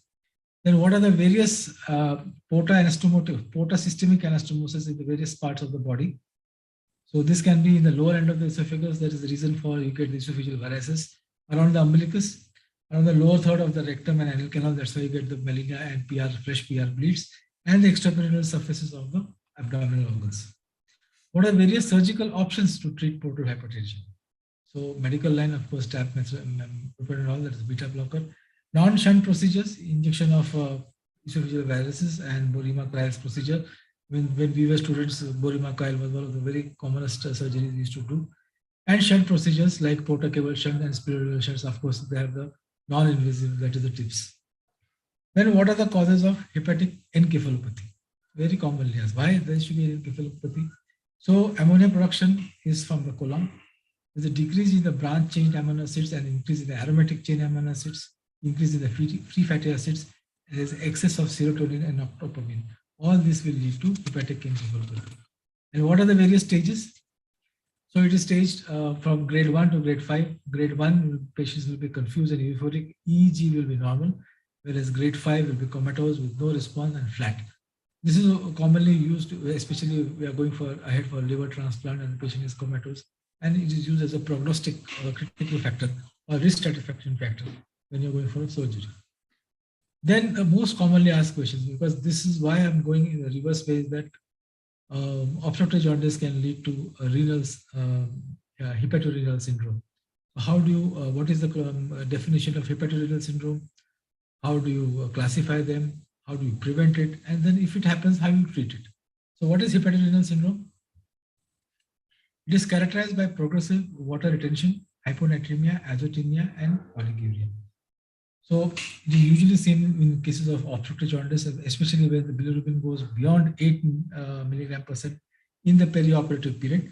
So these are classified into 3 groups. Prerenal uremia due to the dehydration and absorption of nitrogenous compounds from the gut, especially after this is the GI hemorrhage. These circulating endotoxins will have an effect on the renal vasculature. The second type is a functional renal failure as a result of the diversion of the renal blood flow from the cortex to the medulla, accompanied by reduction in the glomerular filtration rate and sodium retention. And the third is the acute renal tubular necrosis, may be presented by episodes of hypotension. So during anesthesia, if there is acute hypotension for a certain amount of time, it can lead to hepatorenal syndrome. So what are the cause of hepatorenal? This is because, especially in obstructive jaundice, the hepatorenal syndrome may be caused because of excess of endotoxin produced by the patient's own colon or the own gut due to the reduction in the bile salts because of obstructive jaundice. These endotoxins, which are usually normally removed by the Kupffer cells in the liver, are not removed. So then they spill over into the systemic circulation, and that may lead responsible for renal failure. So this leads to marked decrease in the renal blood flow, increase in the renal vascular resistance due to deposition of fibrin as a result of intravascular coagulation. So how to prevent this hepatorenal syndrome in the preoperative period? The main aim is to decrease the endotoxins entering into circulation, the spillover. Decrease the endotoxins in the blood flora, increase the bile salts in the gut, maintain the urine output, and treat the bacteria which enter the circulation while doing the biliary surgeries. Then there is a regime followed by King's College Hospital, London, which is one of the greatest places if you want to learn anesthesia for liver transplants. King's College Hospital is one of the best, huge volume of work they have done. So they have come up with a regime to prevent hepatorenal syndrome. If the bilirubin is over about 1.2 mg%, and the urine output is more than 50 ml per hour, do nothing. If the urine output is less than 50 ml per hour, IV mannitol should be given till the time the diuresis is achieved. If the bilirubin is more than 8, then preoperative antibiotics with a urine catheter, mannitol infusion to keep the urine output more than 50 ml per hour, and continue mannitol in the perioperative period, before the surgery, during the surgery, and after the surgery, for at least 24 to 36 hours. Along with IV hydration, the concept of using mannitol is to keep the renal tubules flushed out and prevent accumulation of bilirubin causing renal damage. Then administration of bile salts, sodium taurocholate for 3 days pre-op, decrease the blood flora type neomycin, decrease the colonic pH by lactobacillus, and avoid NSAID and aminoglycosides at contrast agents. The contrast agent why I added, is that when you're doing an MRCP, that is MRI using contrast, they use a lot of contrast. So better to avoid, because this can be one of the causes for hyperrenal syndrome. Now, concept of giving neomycin and oral bile salts is now audited, not given. Only they give lactobacillus and lactulose. Now, what about vitamin K therapy? You are talking about vitamin K, how much to give, how to give, when to give. So initially in after jaundice, if the prothrombin time is not normal, then vitamin K derivatives are to be given. About 10 milligram per kg IV or intramuscular to be given 6 hourly. So 4 times a day over a period of 3 days. And then before surgery, you keep ready fresh frozen plasma. So this is because Samiksha has already told about vitamin K and the mechanism. I'll not go into the details. Then the commonly asked question is, what are the causes of cirrhosis? Liver cirrhosis.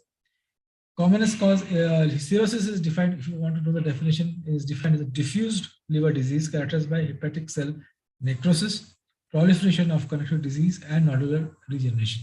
It is caused by hepatitis B and C, chronic alcoholism, prolonged cholestasis, and congenital disorders like Wilson's and hemochromatosis. Then, what are the various tools which will predict the perioperative risk in a patient of operative jaundice undergoing surgery? So, various tools are there. Most commonly for all tool is the child and Turcotte's criteria and the modified child Turcotte scoring system, which is called the modified CTP scoring system. If you see the child's criteria, you can see the tables. They use bilirubin, albumin, ascites, CNS, nutrition, and risk. Depending on that, they are graded in grade B and C, Then the another scoring system which came up more recently is known as the modified CTP system. This includes parameters like bilirubin, prothrombin, INR, bilirubin levels, albumin levels, ascites, and encephalopathy. So depending on that, they're classified in class A, B, and C. And depending on the number of points, they can be classified as a risk and low risk. So now comes, after you've come up to here, then the questions of anesthesia may start. Directly, they might not just enter how you anesthetize the patient. So all this, how to prevent hepatorenal syndrome, all this comes in the preoperative period. So Samiksha has talked most of it, so I'll just not going to go into details again. So in the preoperative preparation, so you have already used the modified CTP scoring system and have scored. So while taking consent, you can counsel the patient and the relatives. This is the as per the stratification risk. Your patient falls into this category. So these are the risk factors. Identify the coexisting medical problems, which includes the cardiovascular system, renal system, coagulation system, and the respiratory system, and the central nervous system. So preoperative optimization of all the symptoms, systems, intravascular volume, status, electrolyte balances, which is already talked with Samiksha, so I'm going a little fast. Parenteral vitamin K to be given at least 3 days prior if the prothrombin time is normal. FFP to be given before induction. Proper hydration and urine output to maintain. This is to prevent the hepatorenal syndrome, which I just talked about, and arrange for fresh blood and FFP. Pre-medication, antacids, antiemetics, and antibiotics and anxiolytics. Regional anesthesia like epidural definitely can be given and very useful if the coagulation status is normal. Now the various drugs to be used for induction, of course, Samiksha has already talked about it, so I will not repeat it. Thiopentone, propofol, both can be used depending upon the cardiovascular status and the hemodynamic status.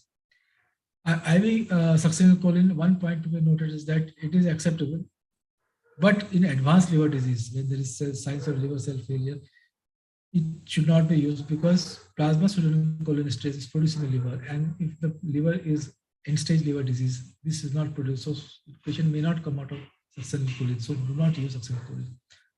Then non-reproducing muscle relaxants, most recommended is cis-atracurium and atracurium. But you have to give initial larger dose because of the larger volume of distribution and then maintain with the normal doses. Intra-monitoring and management.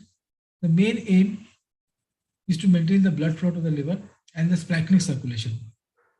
It should be least interfered. So careful attention on oxygenation, avoid hypotension, avoid hypothermia, maintain partial pressure of carbon dioxide in the normal range. So no hyperventilation, no hyperventilation. Oxygen, nitrous oxide, CO or ISO in closed circuit and control ventilation, as Samiksha has already said, is commonly used to maintain the hepatic blood flow. Epidural analgesia is very useful if the coagulation status is normal. It not only decreases the anesthetic requirement, but also gives a good post-operative pain relief. Monitoring, standard monitoring, besides those pulse, BP, NIBP, SaO2, EtCO2, temperature monitoring, peripheral nerve stimulator monitoring, urine output monitoring is very important. So when you're monitoring the urine output, just don't add a routine urine bag. Always use the urine meter, and you can measure the urine coming out every 1 hour. So you can keep on measuring urine output every 1 hour. Invasive monitoring, you put in a central line or arterial line, will depend upon the type of surgery which you are going ahead and the medical condition the patient has. But one more thing, if there is blood loss, blood replacement should start as early as possible and must be given at a very slow rate. This is very important because blood and the blood products contain citrate because it's a preservative, and citrate is metabolized in the liver. So whenever you want to give blood transfusion, start early and give slow. Then if you're doing any esophageal interventions, very important to remember that if the patient has esophageal varices, it is better, or if you want to put a Rice tube or you put a trans echographic probe, always be careful and gentle, especially if the patient has any esophageal varices. Reversal and post-op, Samiksha has already told, I'm not going to go into much of the details. Usual neostigmine and glycopyrrolate, epidural analgesia are fantastic. Maintain normothermia, maintain normotension, all those things we know, avoid hypoxia, hypotension, hypercarbia. If the patient is alcoholic, sometimes they can get alcohol withdrawal, and so you have to be ready to treat such alcohol withdrawals. Of course, give him oxygenation through O2 mask. Strict aseptic precautions, Samita has already said that strict aseptic precautions should be maintained because these patients are at high risk for infection. Now, this was just a case of obstructive jaundice. If the case has come with obstructive jaundice with portal hypertension, and so how do you evaluate such? Because this I didn't cover, that's why I'm covering now. So evaluate the liver disease, hematological, LFT, coagulation test, we know, upper GI scopy, CT and imaging. Evaluation of the renal system and the circulatory system.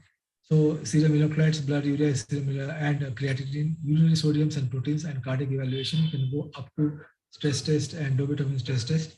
Evaluation of the acetic acid, cell count, bacterial culture, and measurement of proteins. So this was a combination with obstructive jaundice with acetic acid hypertension and cirrhosis.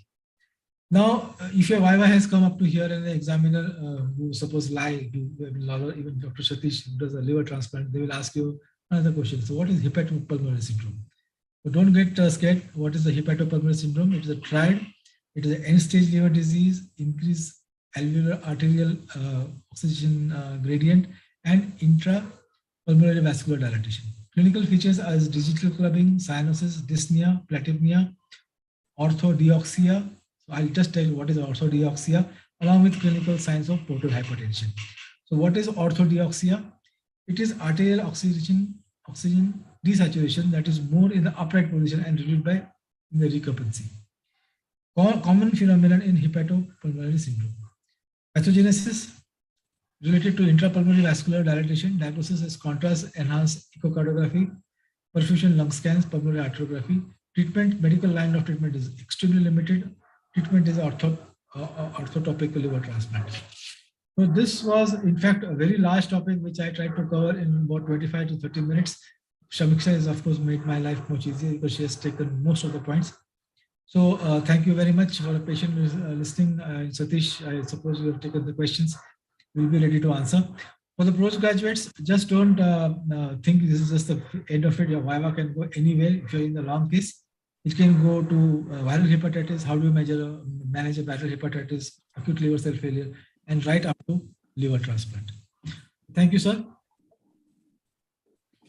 Thank you so much, Dr. Jani. Listen, I felt like a textbook talking to me, actually. You're really a bonanza to the postgraduate, sir. We would like to see your lectures frequently, and you're a wonderful presenter. Thank you so much for the presentation, sir. Okay. We will start taking questions now, if there are any. I checked the chat box now. I didn't find much of questions, but if there's any questions, we can ask directly now.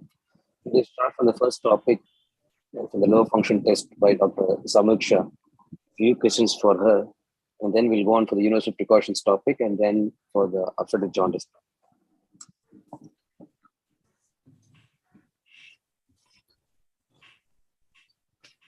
Let me check the Chairperson, chat sir. box. Chairperson, sir. Chairperson, sir. Yes, sir. Dr. I'm Meenakshi here, sir.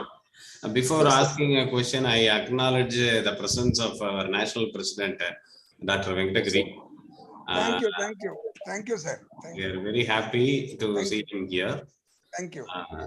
So I want to ask Dr. Samiksha, when Yes. the topic was given as a liver function test, why she has covered operative, intraoperative, postoperative considerations?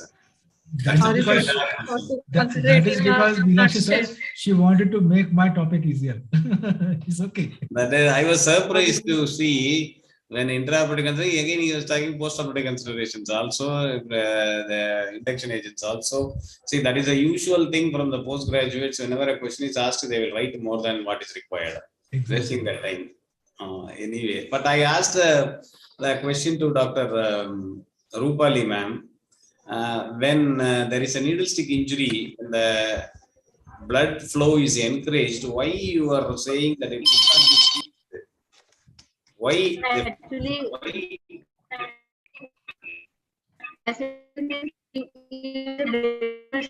bleeding, you have to bleed it itself, but should squeeze. Because whatever the virus Sorry, madam, you are Yes, operating with the in two the blood. devices. It is not audible.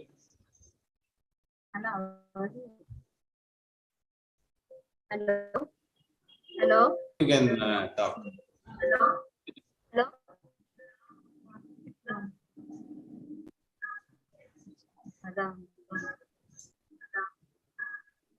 Hello. Hello. Yes, madam. You're audible.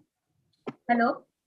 Dr. Rupali, madam, you are audible, but you are operating with the two devices. No, sir. Sir, can I audible now? You have to close Hello? one system. You have to close one system, or else it is very difficult. Hello. Switch off the echo. Yes, sir. Hello, sir. Sir, Yes. actually, it's a if there is a bleeding, that means allow it to bleed, but don't squeeze. Allowing bleeding, whatever the virus is there in that gets washed out. While squeezing, because of negative pressure, that virus gets sucked in the circulation. No, madam. By first, when you are squeezing, first you are creating a positive pressure. Blood loss will be more. Then only the negative pressure comes. Once you release it. Yeah, once we release negative That's what pressure. I'm asking. Once you release it, but once you are squeezing, when you encourage bleeding, you are squeezing it. The blood is going to ooze. After release, only the negative pressure comes. So, even though it is mentioned in universal precautions like that, exact mechanism I don't know. Chairperson can throw light on that.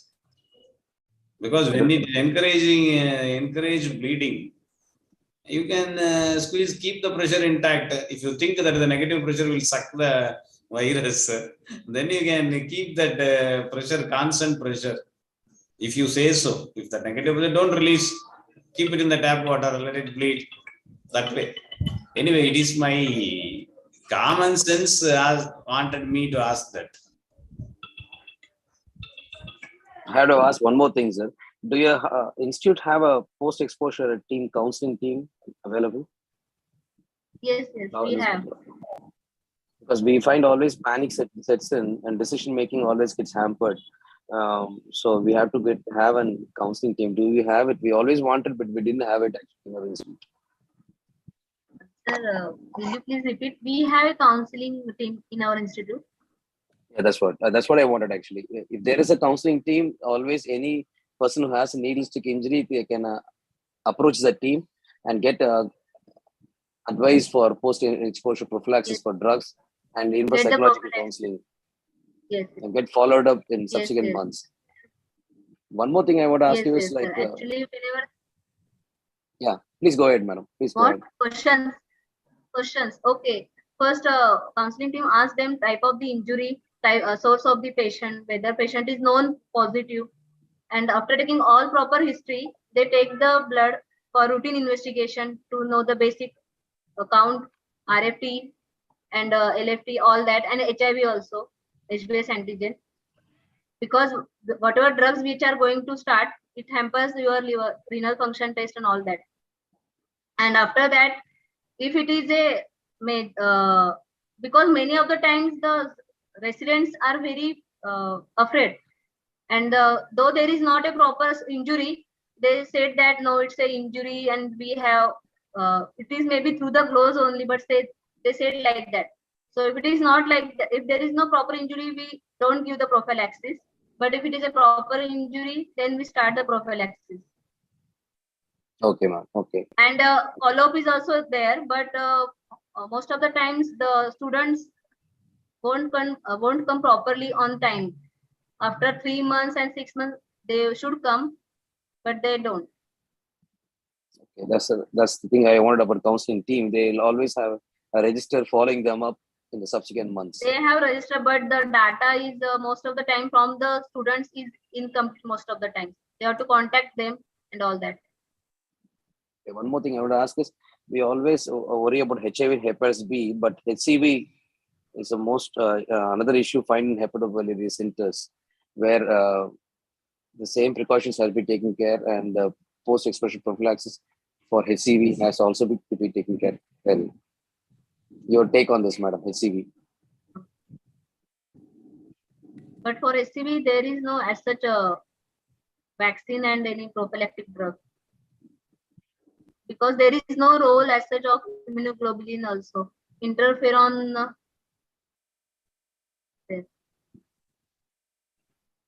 Okay, ma'am. Okay. Okay.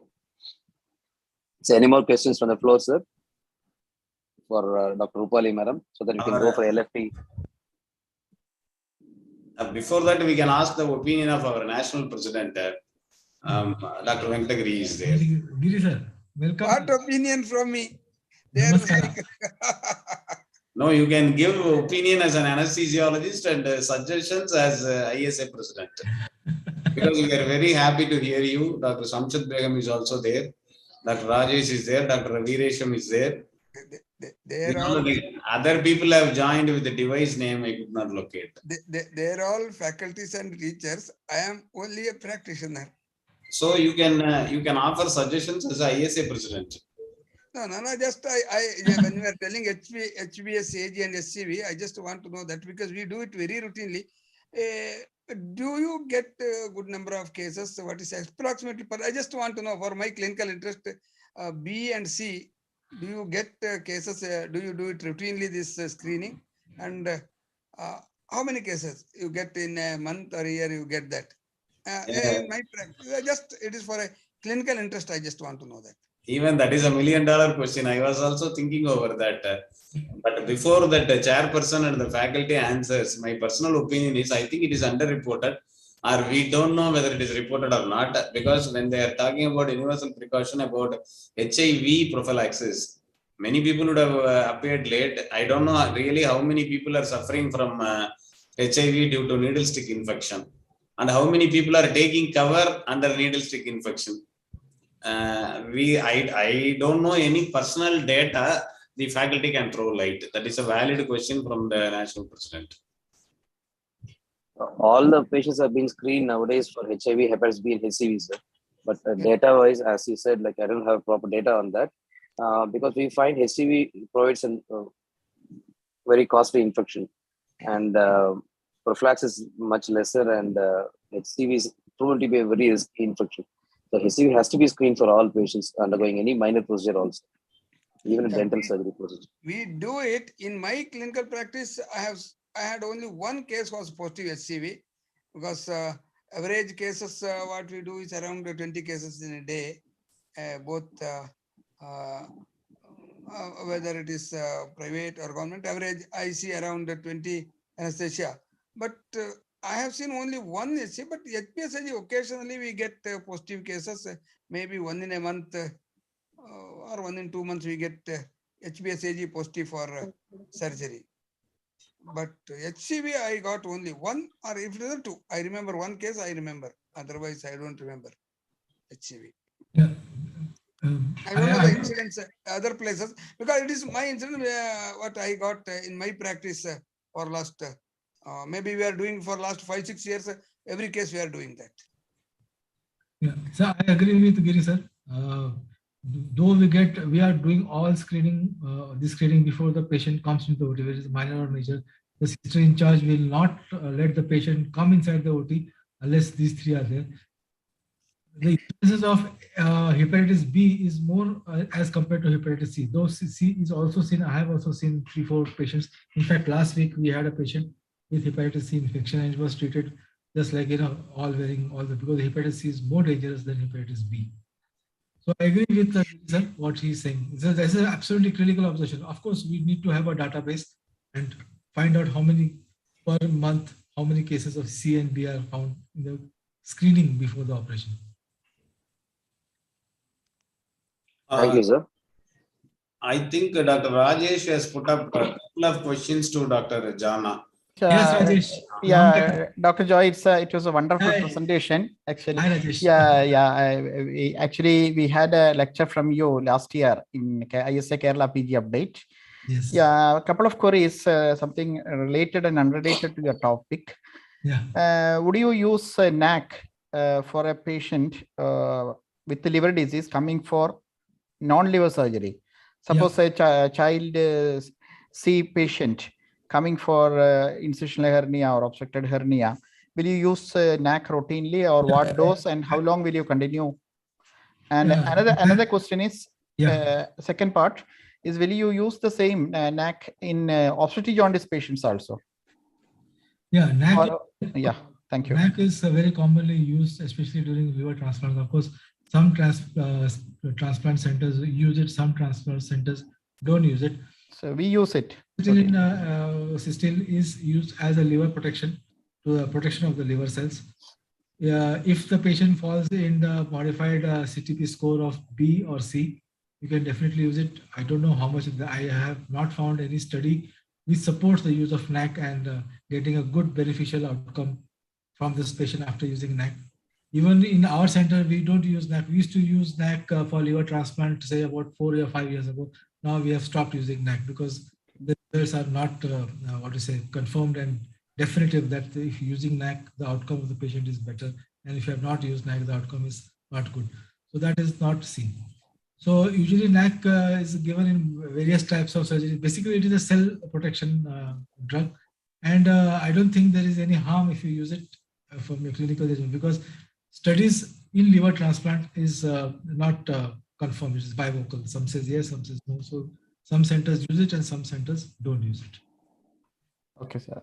And the other thing is that you have a cutoff value for using mannitol, like serum bilirubin above 8, or any cutoff level where you'll be routinely giving it, other than waiting for the urine flow. As per the King's College regime, which is now widely followed most of the places.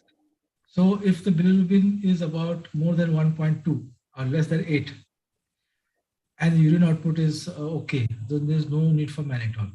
If the urine output is less than 50 ml per hour, then you do forced dialysis by using mannitol till the urine output goes above 50 ml per hour. But if the bilirubin is already above 8, then you start IV hydration. Along with IV hydration, start mannitol. Mannitol is given as per the urine output more than 50 ml per hour. So if the urine output is being produced more than 50 ml per hour, so for example, patient is weighing 50 kilos or 60 kilos, so it's 1 ml per kg per hour. So you continue till that. So you continue not only in the perioperative, the pre-op, intra-op, and post-op, but at least next 24 to 36 hours. This is to maintain the urine output. And the bilirubin, as I said, it is used to flush out the kidneys of the coagulation of the fibrin. So that is the main role of mannitol. Some of them even use a combination. You can use mannitol hydration as well as a small dose of furosemide. So furosemide is also dangerous because it can cause electrolyte imbalance of potassium and sodium. So mannitol is dialysis which is commonly used. Dr. Jana, Jana, that's very clear. Thank you. Dr. Jana, then if you say the cutoff is taken as 8 serum bilirubin. No, not 8. It's not cutoff is 8. if you see the, shall I go back to my slide? No. I wanted to ask. See, most of the if the serum bilirubin is more than 8, you wanted to use mannitol. No, not. Again, I repeat again. Sir. If the serum bilirubin is more than 1.2 up to 8, output is normal. Don't give anything.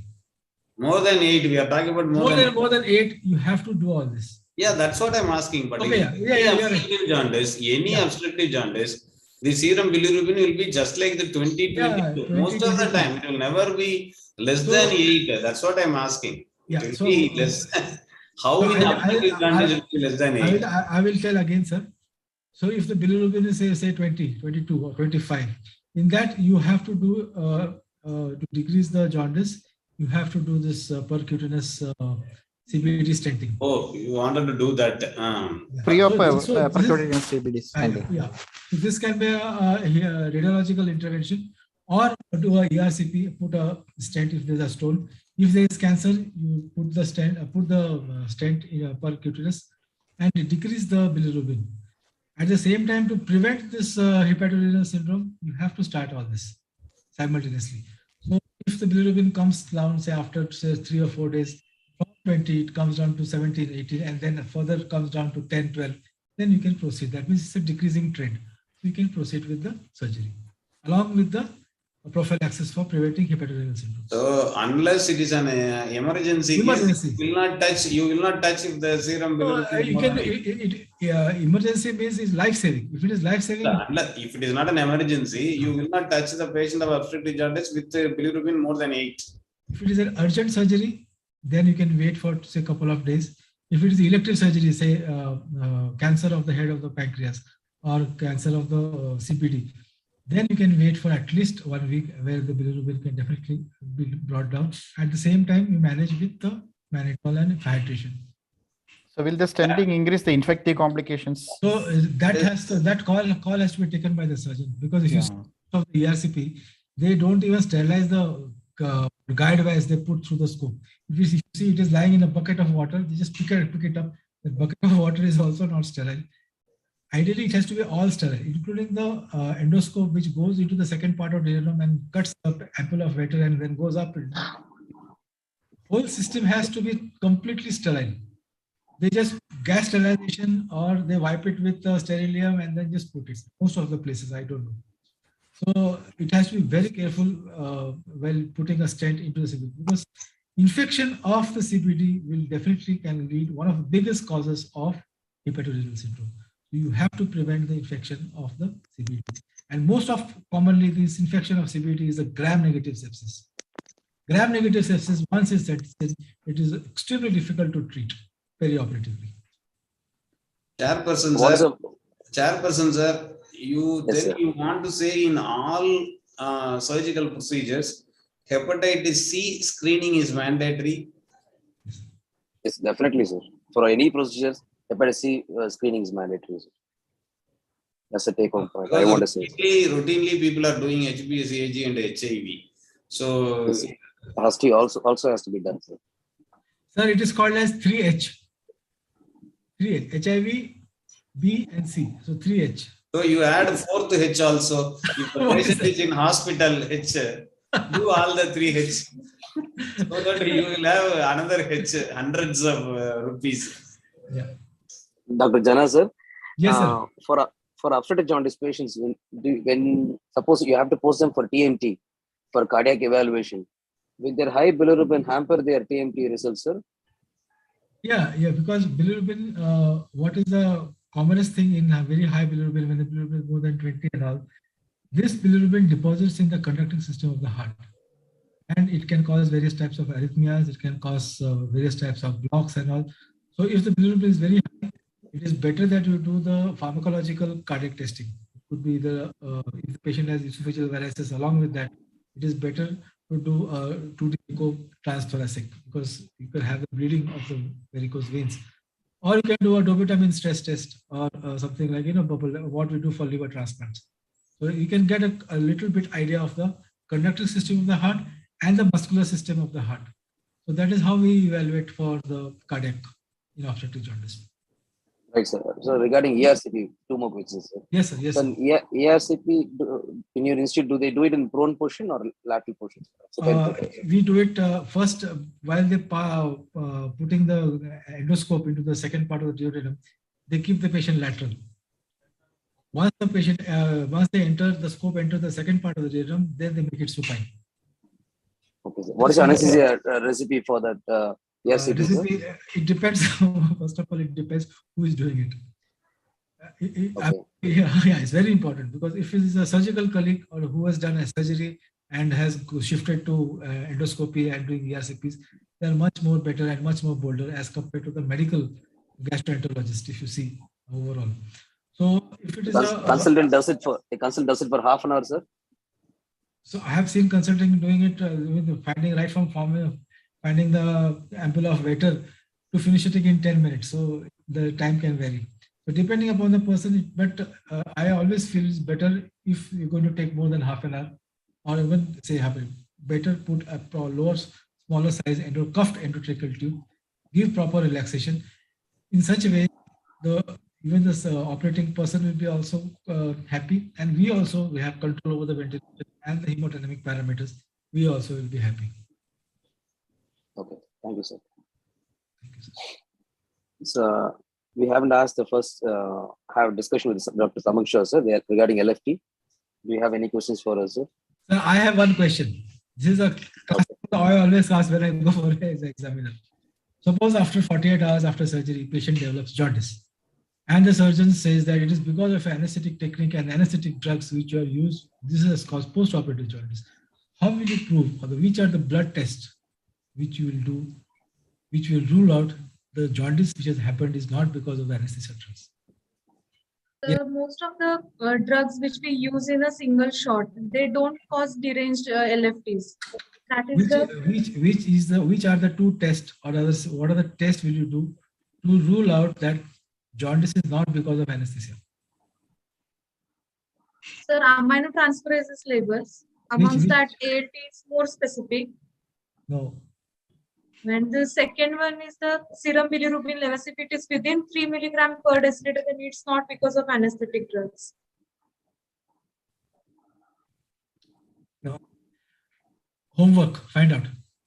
There are two tests, blood tests. These are the serum enzyme levels, which will come in the blood if there's a hepatic damage, cellular damage because of anesthetic drugs. Homework for you, find out. Two serum tests. Anybody can answer if anybody knows. I'm sorry, I'm just asking her.